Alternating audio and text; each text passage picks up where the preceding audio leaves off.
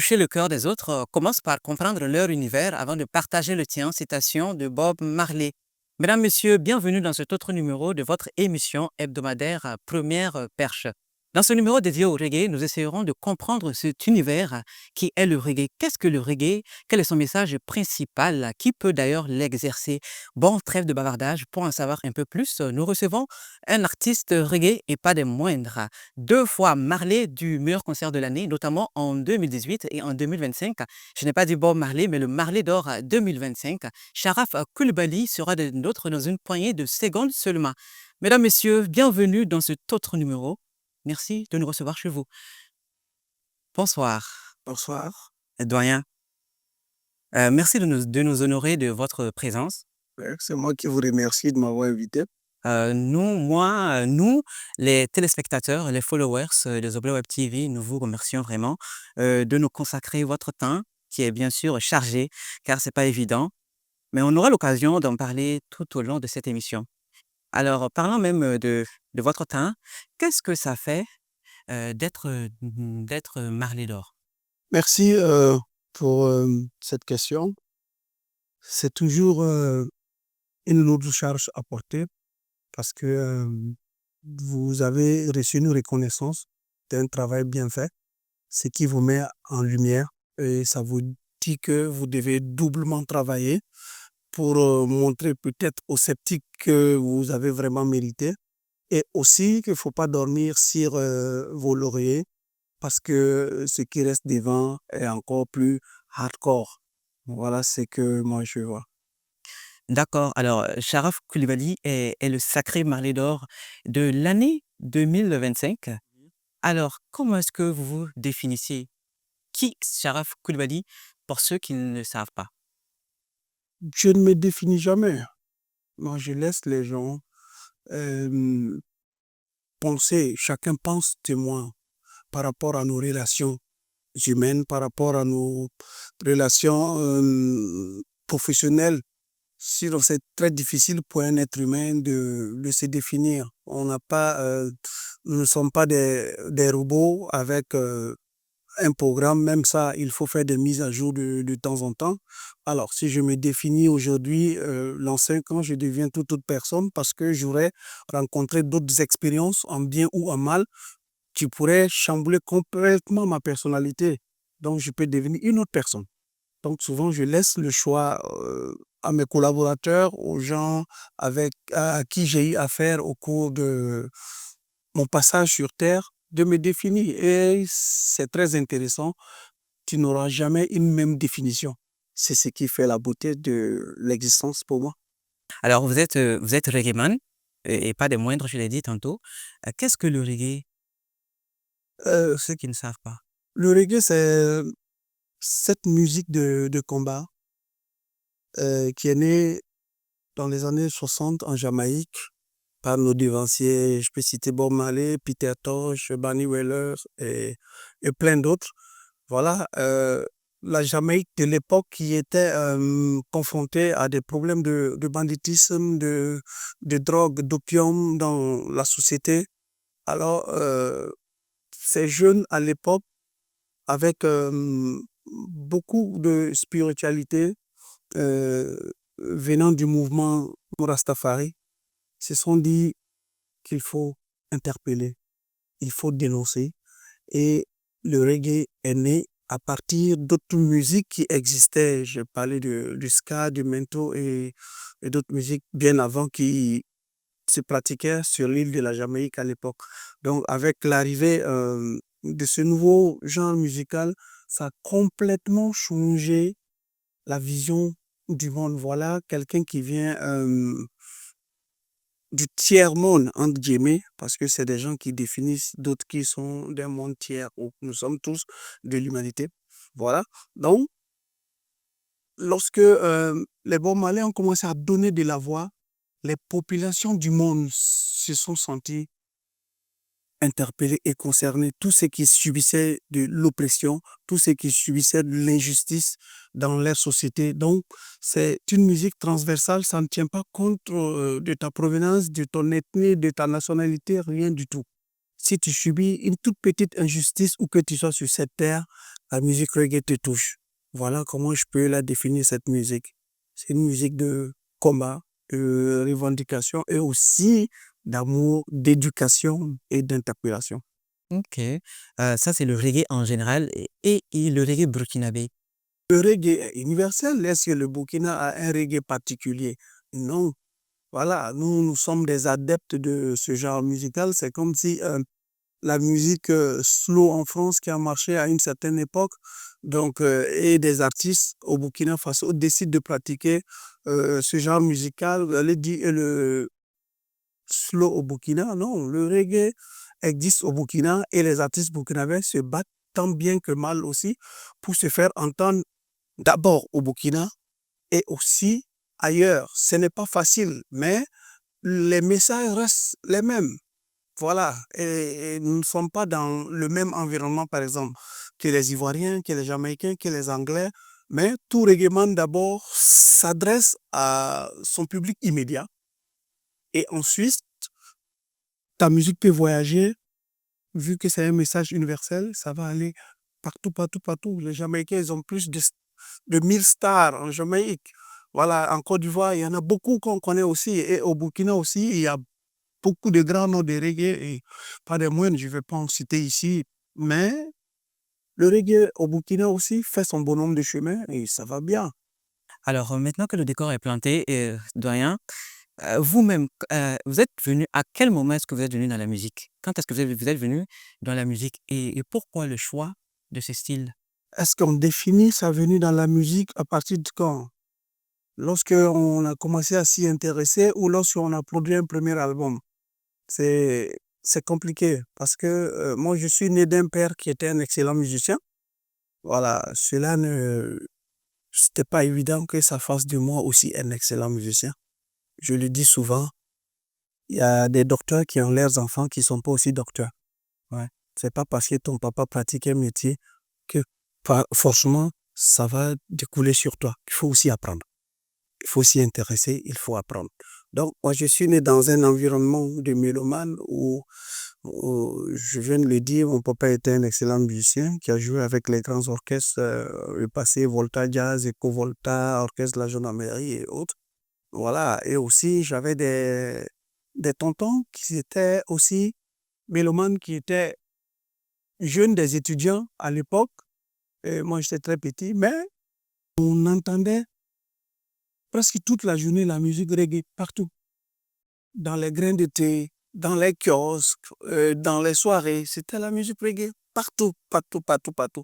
Donc, j'ai baigné dans ça, mais ma décision réelle de prendre le micro et de devenir vedette a été déclenchée avec ma rencontre avec Black Soman en 96 lorsqu'il est venu pour la promotion de ses deux précédents albums. C'était lesquels déjà? C'était Ça fait pitié et puis l'autre, ça m'échappe encore. En tout cas, les deux albums avant Tout le monde et personne. Voilà, donc on a été fait une tournée nationale. Ça nous a amené dans beaucoup de régions au Burkina. Et après, je me suis dit, ah, oh, c'est un bon signe parce que depuis enfant, je baigne dans le milieu là, jusqu'à ma rencontre avec Black Soman. Je sens des vibrations et j'ai composé ma toute première chanson. Voilà, que j'ai enregistrée et j'ai fait ma première apparition télé. C'était dans l'émission du doyen Big Ben, Les Bons Dimanches, Ouais. à l'époque. Et mes promotionnaires de musique à l'époque, c'était Charlie Sidibé, c'était Martin Terry, c'était Ram Chaka Drabo, c'était Kony MD. Voilà, nous sommes à peu près de la même génération. Mais moi, j'ai pas sorti d'album en ce temps. Mon album viendra beaucoup plus tard, en 2006. Vous voyez, 96, 2006. Ouais. 96-2006, ça a quand même pris assez de temps. Et quel était votre premier titre? Le titre de votre Ma première single, c'était... composition, malheureusement, je ne l'ai pas mis sur le premier album. Parce qu'avec du recul, je me suis dit qu'il y avait beaucoup, beaucoup d'amateurisme dedans. Pas que le texte n'était pas bien, mais j'ai joué un peu dans la classe du perfectionniste, en fait. Voilà. Donc, j'aurais pu bien reprendre sur le nouvel album avec de nouvelles mélodies, mais je me suis dit, c'est mon histoire que je n'ai pas envie de profaner. Ça reste comme ça. Un jour, je ferai écouter par des personnes, voilà ma première chanson qui se trouve toujours sur une cassette. Voilà. Et à comparer à ce que je fais actuellement, vous allez voir le fossé qu'il y a pour dire que tout début n'est pas facile. Et voilà. Et je pense que ça, seuls les puissants survivent. C'est ce que je disais un peu dans cette chanson à l'époque. Ça se voit que ça n'a pas commencé maintenant. Ça a commencé il y a longtemps. Vous avez parlé tantôt de Black Suman. Euh, Est-ce que vous pouvez nous dire quelques mots sur lui? Nous qui ne l'avions pas connu. C'est vrai on l'a connu à travers les médias et tout, mais on ne l'a pas connu. Laxoman, c'est un grand monsieur, très jovial, parce que lorsqu'il est rentré pour la promotion de ses deux premiers albums qui sont sortis en Côte d'Ivoire, il est venu voir mon papa qui était le chef d'orchestre de la gendarmerie à l'époque, parce que la gendarmerie avait du bon matériel. Donc, il est venu négocier pour louer le matériel pour la tournée. Donc, il s'est entendu avec mon papa, qui était le chef d'orchestre. Et du coup, mon papa m'a dit, bon, tu vas suivre la tournée et tu feras le technicien. Voilà. Donc, durant toute la tournée, Black Soman, il raconte des blagues, il fait rire, mais c'est un monsieur qui était méthodique. Pour lui, chaque thème qu'il veut aborder dans sa chanson, c'est une dissertation. Il met ça sur un tableau, il fait l'introduction, le développement, la conclusion, et il médite dessus. Est-ce que c'est bien dit? Est-ce que c'est mal fait? Et ainsi de suite, ainsi de suite. Donc, lorsque vous parcourez toutes ces œuvres, vous voyez ce niveau intellectuel qu'il avait. Voilà, déjà, ces chansons sont intemporelles. Voilà. Mais la chanson Adji qu'il a propulsée, ce que les gens ne savent pas, cette chanson n'était pas prévue sur l'album Tout le monde et personne. Non, lorsque nous on finissait la tournée, c'est vrai qu'il avait déjà la prémaquette de l'album Tout le monde et personne, mais la chanson Adji n'y figurait pas en fait. Voilà, il y avait une autre chanson qui s'appelait c'était On ne bouge pas d'ici. C'est les étudiants qui affrontaient le gouvernement parce que le gouvernement disait que bon, on fait beaucoup pour vous, estimez-vous heureux? Les étudiants disent non, vous n'en faites pas assez parce que nous aussi on veut ci, on veut ça, on veut ci. Donc il y avait ce dialogue entre le gouvernement et les étudiants. Voilà. Et moi, à ma grande surprise, lorsque l'album sort, le titre n'y figure pas parce que il faut dire que lorsqu'il repartait à Abidjan pour l'enregistrement final de l'album, euh, il était en froid avec Adji. Donc, je ne rentre pas trop dans les détails, mais il rentre doublement sage parce qu'il a appris que Adji attendait un enfant. Voilà. Et il rentre sans ses dreads. Il s'est fait coiffer, entrer en monsieur, bien, bien, bien. Ah, il avait des dreads avant. Bien sûr. D'accord. Ouais. Il avait des dreads. Voilà. Donc, il rentre, il va voir la famille d'Adji, il se présente et tout, tout, tout, tout, tout. Et voilà. Et l'album est un énorme succès. Hein, tout le monde est personne. Et le dernier grand concert qu'il fait à la Maison du Peuple, c'était le 27 décembre Ok. 97. La Maison du Peuple est archi comble. Il y en a qui disent que c'est le premier artiste à avoir rempli la Maison du Peuple. Il dit qu'il faut regarder dans le rétroviseur du CPI. Il faut s'informer. Avant Black Soman, beaucoup l'ont fait. Salambo l'a fait avec sa guitare. Sédou Richard Traoré, le directeur de Sidonie, il l'a fait.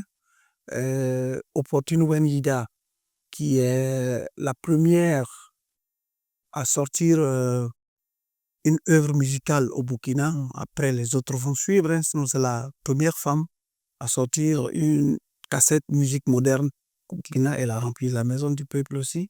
Peut-être vous allez faire des recherches après. C'est la jeune sœur de John Bouzous, qui n'est autre que le bassiste du groupe Bozambo, avec Georges Vidrago et Hyacinthe et autres.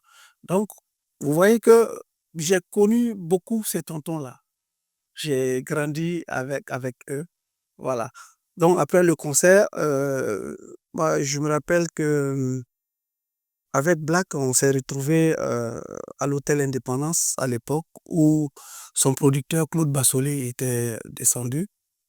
Et là, Claude lui a dit, bon, tu as eu un gros succès, tu es vraiment une véritable star maintenant. Voilà, moi, je peux t'acheter un billet d'avion, on retourne à Abidjan.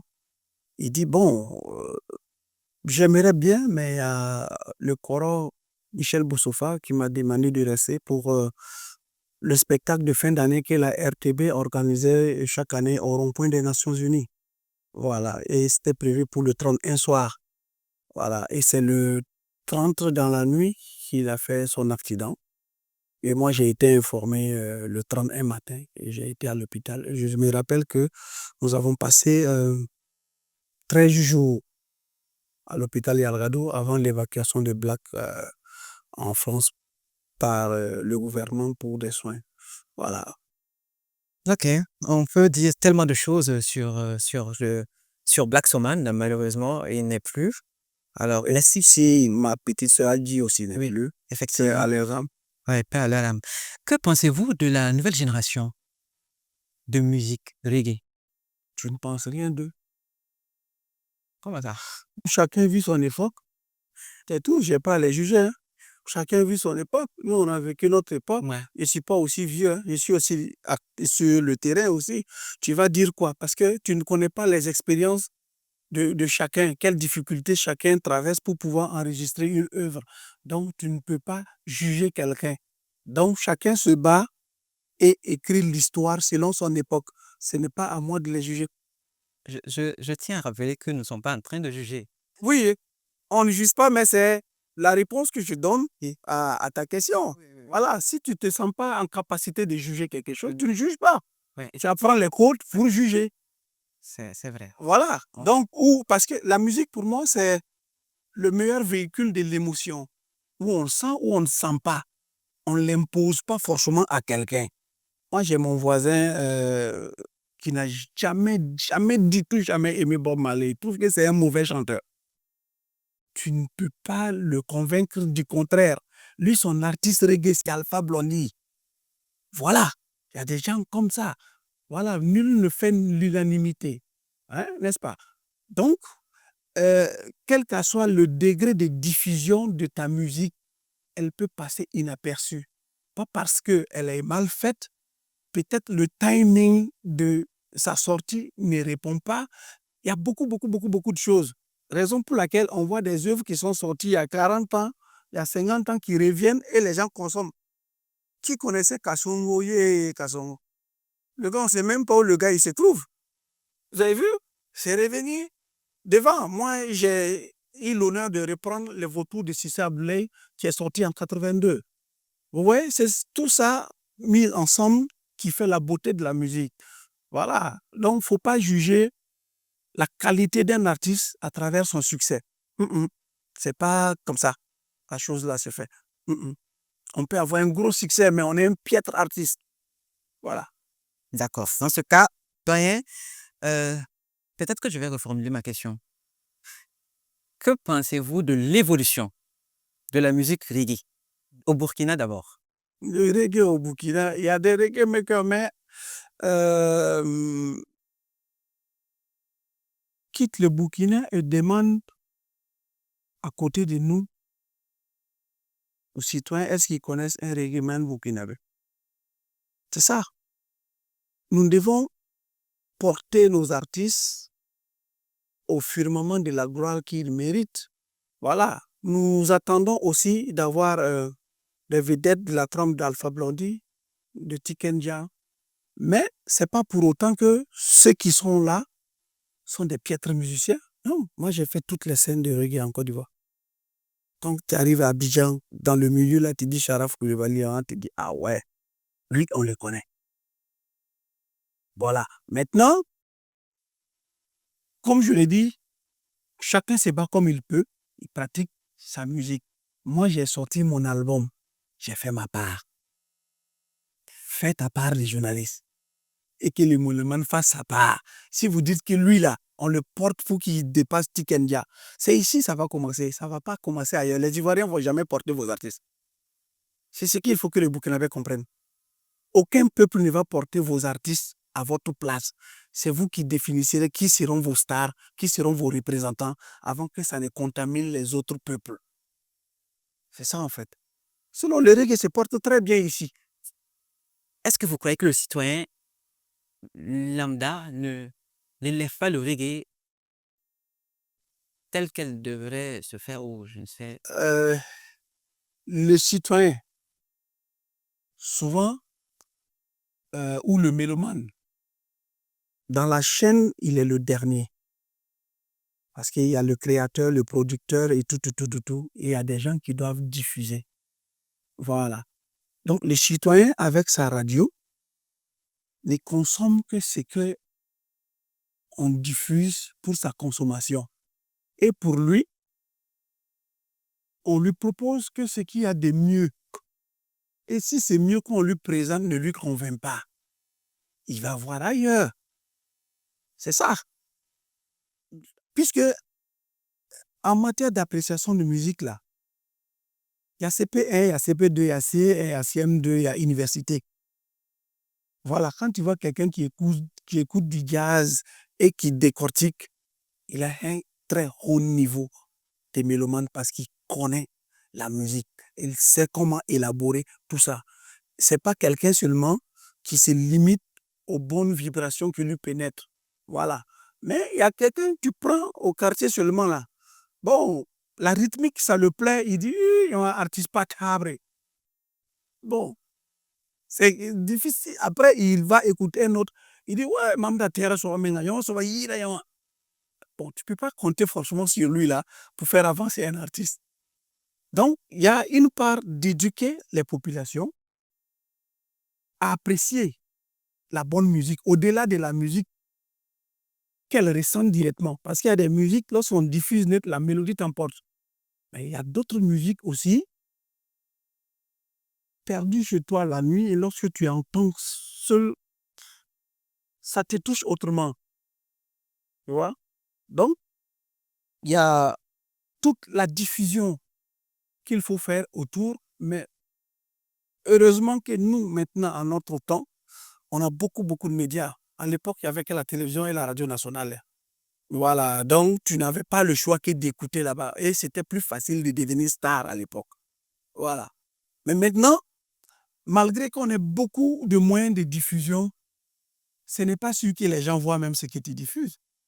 Parce qu'ils ont tellement à voir. Ouais, ils ont tellement l'embarras du choix. Voilà, ils ont tellement à voir. Donc, c'est ce petit truc-là, comme le dit mon petit frère Melchior, il faut ce petit truc-là qui va te faire sortir aussi du lot. Et ça, ce n'est pas par un claquement de doigts que ça va arriver. Voilà. Donc, tu continues de travailler. Je dis souvent à mes amis, l'artiste, ce n'est pas les 20 titres que tu sors sur un CD. Non, c'est une mélodie qui devient maladie chez les gens. L'enfant chante, les femmes chantent, tout le monde chante. C'est ça qui fera de toi quelqu'un. Oui. On a vu avec Magic System, Premier Gaou, Alpha Blondy, Brigadier Sabari. Voilà, c'est ça. Mais on ne sait pas où aller chercher cette inspiration-là. Donc, on est dedans. On propose, voilà, on met les moyens pour communiquer. Et voilà, si le déclic arrive, tant mieux. Mais on ne décide pas de devenir star. Mais les Ivoiriens, ils ont un code. Et ils décident de te porter. C'est ça. C'est ce que nous, on n'a pas ici. Voilà, on a vu l'histoire avec les Camerounais. Ils chantaient quoi déjà là? Viviane. Voilà. On Ouais. a vu Viviane, lorsqu'il y a eu une mésentente pour que Desbordeaux reprenne, les Ivoiriens ont dit d'accord, laisse sa chose là, nous on te porte. Il a fait Geneva Djaba en 2 jours, 5 millions de vues. C'est ça, une population prête pour ces artistes. Mais ici, même si les gens sont unanimes qu'Alif Naba, c'est un grand artiste. Mais les gens sont prêts à quoi pour qu'il brille très loin du Burkina Faso. On se contente de dire, il est bon. Voilà. Moi, je donne souvent l'exemple aux gens lorsque je chantais encore au Parc Place à Abidjan. Souvent, à la fin de la soirée, vous avez 300 000 francs comme pourboire sur scène. Et on a fait la même chose ici au Madiba. Les gens ils te font comme ça. Ah, tu es bon là, mon gars. Bon, en attendant, toi, tu as des enfants qui vont à l'école. Toi aussi, tu espères construire maison, quoi. Voilà, il y a des choses, il y a des vibrations qu'on ne peut pas monnayer, qu'on ne peut pas acheter. Hein. Voilà, et voilà un Malien qui a été fier de ce qu'Amity Meri a fait. Il lui a offert une voiture de 35 millions. Nous avons aussi nos milliardaires qui peuvent le faire aussi. Alors, doyen, avec vous, on peut discuter sans voir le temps passer. Il se raconte que vous êtes plus connu à l'extérieur qu'à l'intérieur. En tout cas, Bamako, quand je monte sur scène, j'ai des chansons, le public répond. Ouais. Et pourquoi est-ce que c'est comme ça? Mais je sais pas. Pourquoi, à votre avis, vous êtes connu? Mon album peut avoir un gros succès au Japon pendant que ici ça décolle pas. Je te donne l'exemple de Victor Debé. Ouais. Victor Debé a fait le tour du monde. Quand il revient à Ouagadougou ici, là, c'est un citoyen lambda qui traverse la rue. C'est ça aussi la magie de la musique. Voilà. Peut-être que les Maliens m'ont vite adopté par rapport à une chanson que je chante en Bambara, qui les a touchés, mieux qu'ici. Voilà. Mais ça peut aussi dépendre sur ici. Hein. Voilà, comme ça peut dépendre ailleurs, et ainsi de suite, ainsi de suite. Voilà, avec ce nouvel album, en tout cas, je ne m'attends pas à dormir sur mes lauriers. Je vais bousculer comme il faut parce que ce qu'il faut savoir, les radios et les médias aussi font du business. Les temps ont changé. Ouais. Voilà, ce n'est plus le média d'État qui fonctionne avec les fonds de l'État. Il y a des privés qui ont investi dans du matériel pour créer de l'emploi, pour aussi avoir de l'argent. Voilà. Moi, j'ai fait une heure, je peux aller déposer dans une radio, une télévision, et je souhaite qu'on diffuse. Mais si on me dit, bon, aide-nous aussi à contribuer un peu, je ne dois pas faire palabre aussi. Puisque je veux que mon œuvre soit connue, pour que ça me rapporte aussi. Voilà. Donc, si je peux, moi aussi, je paye, parce qu'eux aussi, ils ont des charges fixes. Voilà. Nous tous, on fait du business. Donc, je ne peux pas dire, non, non, non, non, toi, tu dois m'aider à réussir. Non, non, moi, je ne suis pas comme ça. Voilà, si je n'ai pas, je dis, ah, bon, aidez-moi, si j'ai un peu, je vais venir donner. Voilà. Mais dire que non, non, pourquoi moi je suis là, on ne me joue pas, mais on joue les Nigérians, on joue les quoi là-bas, paye, on va te jouer. Si tu as eu ton succès, tu vas prendre ton argent, tu vas avancer. Qu'est-ce qu'il y a en studio là? Tu as payé, non? Oui. Tu as payé pour faire le clip, non? Voilà. Si la radio, la télé te dit paye aussi, paye. Ouais. Après, tu fais le bilan. Effectivement. Voilà, peut-être en payant pour 10 passages, et ton œuvre va plaire au public et la télé va te faire 100 000 passages. Tu n'en sais rien. D'autres disent que la musique coûte cher, surtout la promotion. Très. Chers téléspectateurs, n'hésitez surtout pas à passer nous voir pour vos différentes promotions. Il y a certaines personnes qui trouvent que le reggae perd sa crédibilité. Ils trouvent que les reggaeman, à l'époque, quand un reggaeman montait sur scène, tout le monde, vraiment les yeux, ça scintillait de mille feux, car on se disait qu'ils allaient dire tout haut ce que les gens pensent tout bas. Mais aujourd'hui, ils trouvent que ce n'est plus le cas. Même si c'est pas tout le monde, j'insiste là-dessus, c'est pas tout le monde, mais par contre, les gens, ils trouvent que le reggae perd de sa crédibilité. C'est pas faux. Ce qu'il a dit là, c'est pas faux. Ok. Oui. Et c'est même international. Voilà, parce qu'il y a une génération qui a pensé que, bon, C'est comme tu nais, trouver que ton grand-père avait construit une maison en étage, là tu habites là-bas.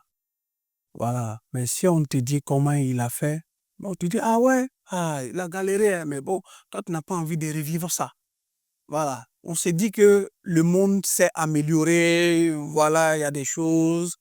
Donc, quand tu remarques que ça a commencé en Jamaïque, ils sont passés, comment on appelle ça, raga, ensuite dancehall, on a commencé à s'éloigner des paroles spirituelles, la bonne moralité et tout ça, tout ça, tout ça. Et c'est normal, nous qui sommes des adeptes, il y a d'autres qui vont aussi aller vers ça. Yeah. Et aussi, il y a les niveaux d'écriture des textes. C'est pour cela que j'aime Alpha Blondy. Quand tu écoutes un album d'Alpha Blondy, chacun y trouve son compte. Le gars au kiosque là, il a une chanson en français terre à terre qu'il va comprendre. Quand il s'adresse à l'intelligentsia africaine, il y a un texte. Quand il veut parler à la maman qui vend au marché, il y a une chanson qui va. Voilà. Et ça fait 40 ans, il est au sommet, quoi. Voilà. Mais il y a d'autres qui pensent que un tel avait fait un reggae dans tel style, ça avait marché là. Et si j'en faisais aussi, c'est compliqué. C'est compliqué. Donc, et aussi, il faut dire qu'il y en a qui sont toujours dans la même dynamique qu'avant, hein, mais qui sont confrontés aussi à de l'autocensure. Hein. Ah, voilà. Est-ce que tu penses que réellement, nous, notre révolution qu'on vit actuellement, moi, je fais un texte, une chanson, je dis, bon, voilà, je veux une démocratie, voilà, les choses ne doivent pas être comme ci, les choses ne doivent pas être comme ça, on doit être libre pour faire ci. Là, tu vas diffuser ça. Par contre, dans la société, il y en a qui seront d'accord avec ça aussi. Voilà. Donc, c'est pas qu'il y a des gens qui ne sont pas encore engagés, il y a des gens comme ça aussi. Mais malheureusement aussi, des dernières décennies, il y a des reggae makers qui ont porté des cheptels politiques. Donc, tout ça, ça fait que la population a un autre regard sur la nouvelle génération de reggae makers. Voilà ce que je peux dire ça. D'où ma première question, votre pensée sur le reggae actuel. Je pense que j'ai eu ma réponse. Hein. Je crois que j'ai eu ma réponse de ce que vous pensez du reggae actuel. Alors, doyen, vous avez parlé tout de suite de l'engagement. Qui peut-on appeler artiste engagé? Tous les artistes sont engagés. À leur manière. Tout le monde est engagé. Même celui qui chante pour les handicapés, il est engagé. Celui qui est engagé pour les reboisements, là aussi, il est engagé. Un artiste engagé, là, ce n'est pas celui qui dit ce que le gouvernement fait n'est pas bien.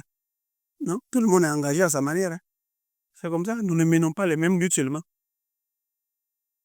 C'est ça.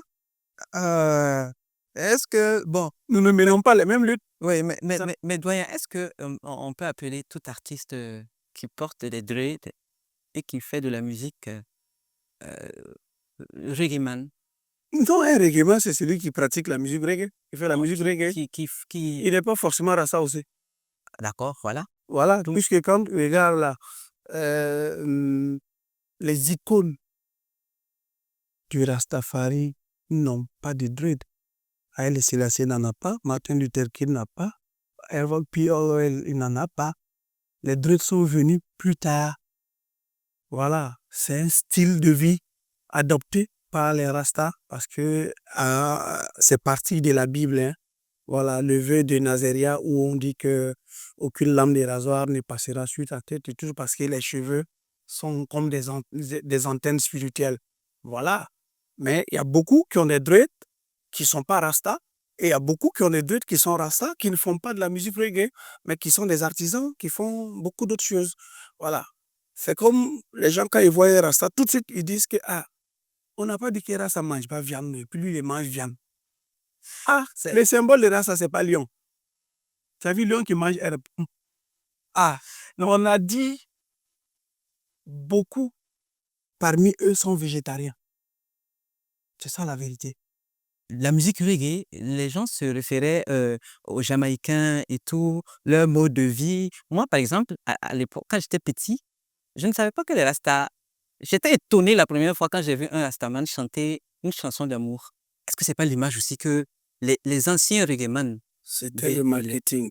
I wanna love you and treat you right. C'est pas de l'amour, ça. c'est dans ça, il dit une chanson. Non, Redemption Song, Oui, c'est une autre. ça, c'est une autre chanson. Parce que Redemption Song, il dit des vieux pirates l'ont retiré de la pluie perdue où il s'était caché pour l'amener aux États-Unis pour travailler pour eux. Mais toute la lutte qu'il a pu mener là, c'était avec l'assistance de la main spirituelle du Créateur.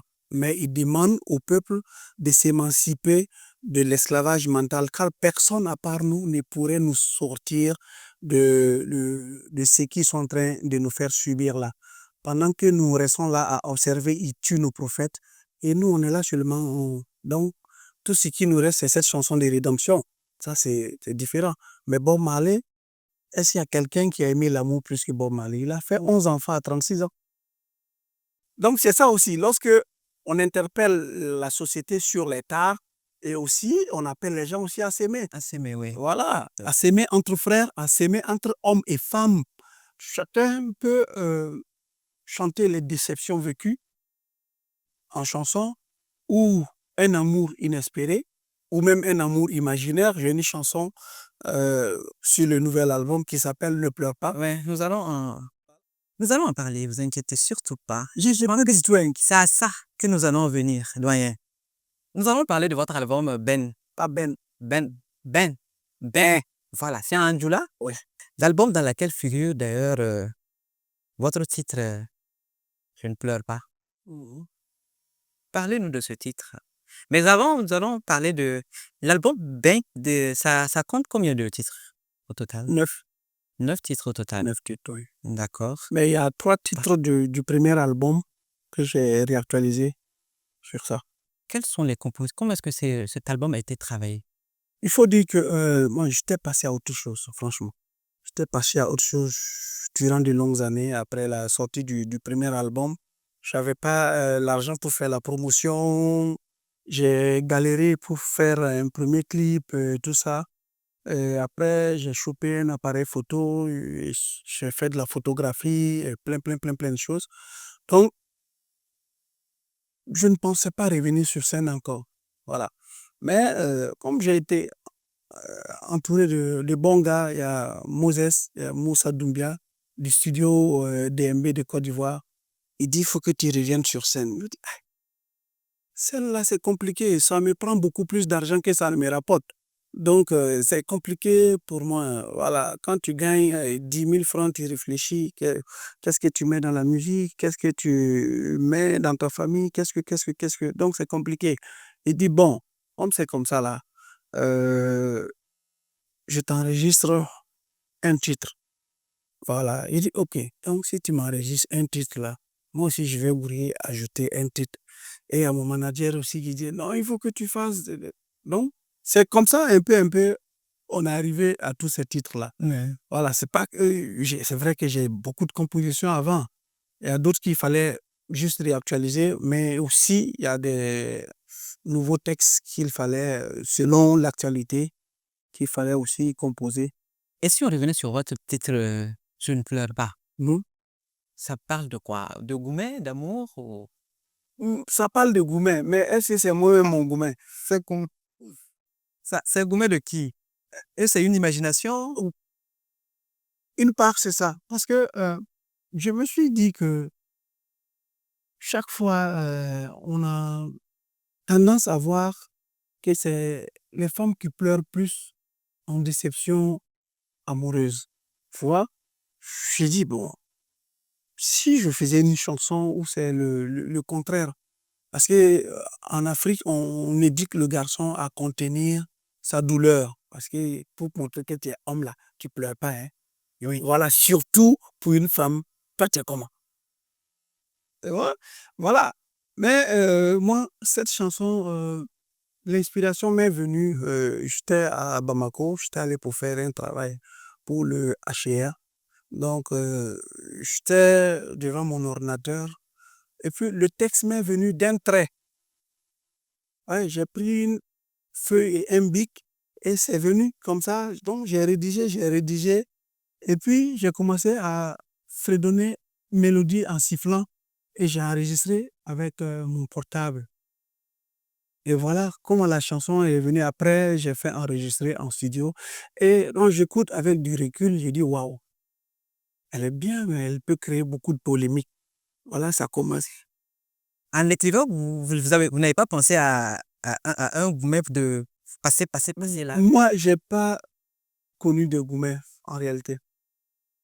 Parce que très tôt, j'ai voulu une vie disciplinée. Très tôt, très jeune. Ça fait que moi, tardivement, tu vas pas me voir dehors. J'ai jamais bu, j'ai jamais fumé. Les bringues et les booms à l'époque, c'était pas trop mon truc, quoi. Voilà. Et moi, tellement j'ai peur de taper poteau, comme on le dit là. Tant que je suis pas sûr que ça peut marcher là, je vais pas. Ah, vous sa Mais mais pour sentir aussi que ça marche, c'est qu'il y a une certaine affinité entre vous. Il y a certains gestes que la personne accepte venant de toi. Et tu peux te rassurer maintenant que si elle accepte tel geste, c'est qu'en retour, il y a quand même un sentiment entre. Sinon, c'est compliqué. Mais j'ai des proches, des amis, garçons, ah, Goumen n'est pas Goumen. je crois que je suis en train de suivre vos pas, hein, parce que moi aussi, j'ai jamais connu de gourmet, mais naissant. Alors, doyen, avec vous, c'est tellement passionnant de vous écouter. On apprend tellement de choses. Avec vous, c'est 24 heures d'émission, sinon 72 heures. Mais malheureusement, le temps ne nous appartient pas. Nous sommes déjà à la fin de notre émission, de notre entretien. Alors, est-ce qu'il y a des, il y a des, il y a quelque chose que vous voudriez nous dire qu'on n'a pas énuméré durant cette émission? C'est déjà bon, mais j'aime toujours interpeller la jeunesse africaine. Nous, nous, nous là, nous là. Nous sommes dans une époque Ok. où l'intelligence de l'humanité nous a amenés à un niveau où nous avons la chance d'être au même niveau que les jeunes Chinois, Ouais. que les jeunes Coréens, que les jeunes Américains. Voilà. On ne fait pas un trait si ce que nos grands-parents ont vécu, mais c'est ça notre moteur, d'aller chercher le savoir où il se trouve. Aujourd'hui, on parle d'intelligence artificielle. Nous en sommes où en tant que jeunesse africaine dans la maîtrise de cette nouvelle technologie? Voilà, alors que c'est pas les cours qui manquent. Il y a Google qui en propose, il y en a plein, plein, plein. Donc, il faut se former sans relâche. Lorsque tu te retrouves dans la communauté internationale où on réunit des jeunes pour tel sujet, qu'on sente aussi que tu as ton mot à dire et que tu maîtrises ton sujet. Voilà, c'est pas la peine de ramener à chaque instant, voilà, on a vécu l'esclavage, on a fait ci, on a fait ça, c'est vrai. Maintenant, comment toi tu fais pour parler d'égal à égal au reste du monde aujourd'hui? Donc, il faut qu'on accepte d'apprendre, qu'on se forme, qu'on aille à la conquête du monde. C'est en Afrique qu'il reste beaucoup de choses à faire. Merci beaucoup, doyen. Chers téléspectateurs, partons à la conquête du monde. Nous étions avec le doyen Sharaf Koulibaly, auteur, compositeur, interprète, acteur, comédien. Chers téléspectateurs, ça a été un réel plaisir pour moi d'être avec vous et de présenter cette émission. Soyez de ceux ou celles qui croient qu'il n'y a pas de problème, il n'y a que des solutions. On ne se plaint surtout pas. Prenez bien soin de vous. On se retrouve, Inch'Allah, la semaine prochaine avec un autre invité. Pour le moment, je vous dis au revoir et restez fidèles au programme de la télévision Zobre Web TV. Au revoir. Sobre Web TV, la Web TV au-delà de vos attentes.